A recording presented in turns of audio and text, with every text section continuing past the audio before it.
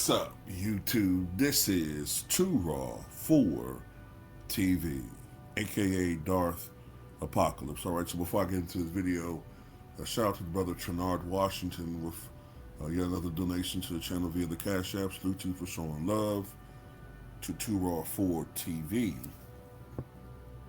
And in his note, he brought up a very interesting point. And he said that, while the media is always looking for different reasons to minimize Michael Jordan. Oh, he didn't have the highest 3-point percentage. The teams he played against, they're not all-time great teams like the Warriors. And, they'll try to denigrate the competition he went against. And he didn't play against any super teams like the Showtime Lakers or Bird Celtics, right? But he said, why is LeBron James never penalized for playing with, now that he's going to Philadelphia and play with Jaylen Brown, two players that were NBA Finals MVPs? But then I thought about it and I said, well, wait a minute.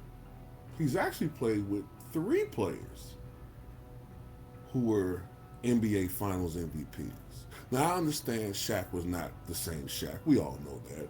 However, he wasn't quite yet the Shaq that we saw with the Boston Celtics when he only averaged 9 points per game and 4.8 rebounds.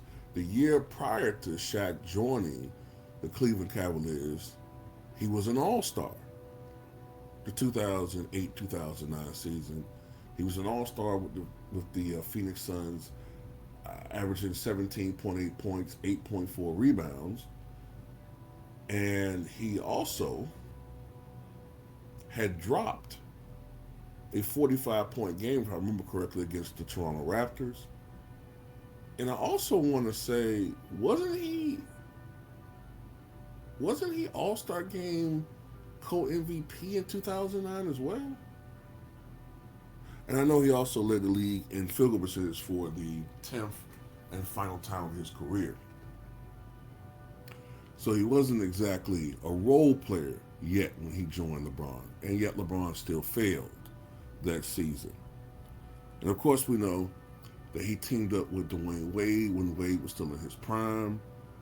Wade, of course, won Finals MVP in 2006 with the Miami Heat. And Jaylen Brown, of course, won Finals MVP in 2024 with the Boston Celtics. So you have three players who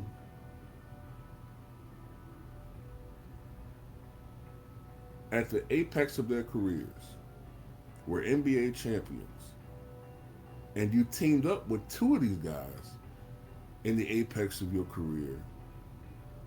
It's to be determined what's going to happen with Philly. You underachieved with Dwayne Wade. You underachieved with Shaquille O'Neal. We don't know quite yet what's in the cards for Luka Doncic, but he's already been to an NBA Finals before he joins LeBron. But with LeBron, I think we can say that he's somewhat underachieved, right? Anthony Davis, we don't know what's in the cards for him. I doubt that he'll ever win Finals MVP now that he's on the downside of his career. You could argue that Anthony Davis possibly would have won Finals MVP in 2020 if LeBron didn't start stat padding in those finals and turn what should have been a final sweep against the Miami Heat into an unnecessary 6-game extension because he threw one of those games stat padding. And the other game, he stat padded and almost blew the lead. But anyway, yeah, why is this not held against him? I keep talking about the fact that this guy's played with more talent than anybody in the history of basketball. This guy's played with three NBA Finals MVPs. How does he not have at least 7 championships? I don't think people are understanding me again. Let me go off this list again, man. This is Michael Jordan. These are the players that Michael Jordan have played with that have been to the All-Star game at least once in their careers. These are the list with Michael Jordan: Scottie Pippen, Horace Grant, George Gervin, B.J. Armstrong, Robert Parrish, Rip Hamilton, Jerry Stackhouse, Dennis Rodman, Charles Oakley, Artis Gilmore, and Bill Cartwright. And of these guys, only Pippen, Grant, Armstrong, Rip was at the beginning, Stackhouse, Rodman was sort of in his prime, and Oakley. Gilmore, Hall of Fame player, was at the very, very end of his career. Parrish was at the very, very, very end of his career. Gervin was at the end of his career. Tony Kukoc could be added if you're including his European All-Star status. Now, this isn't LeBron James.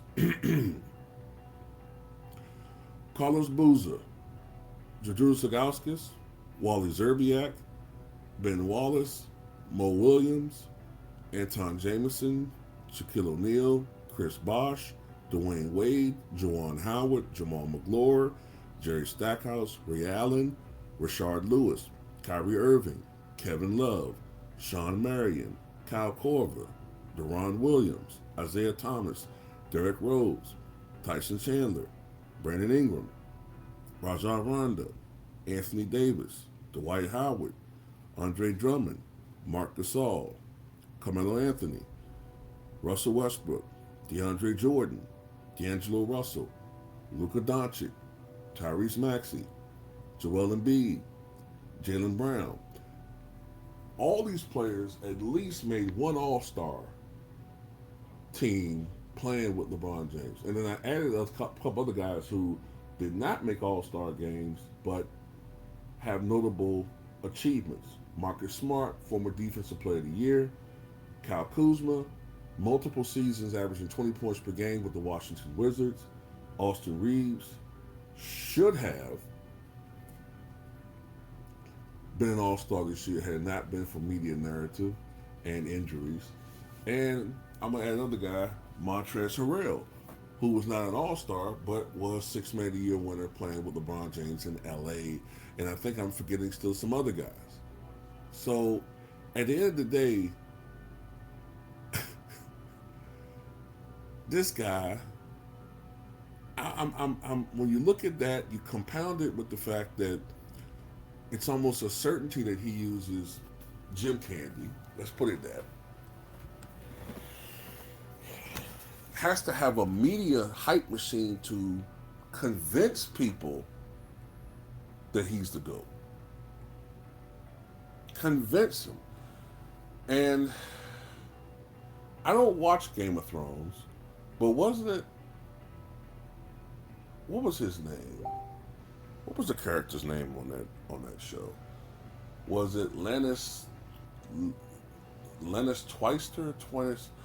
Whatever that king name is, even though it's an expression that's largely said anyway, any man that has to call himself a king is no true king.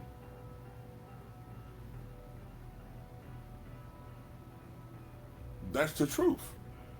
But anyway, that's all I got to say about it. What you guys think?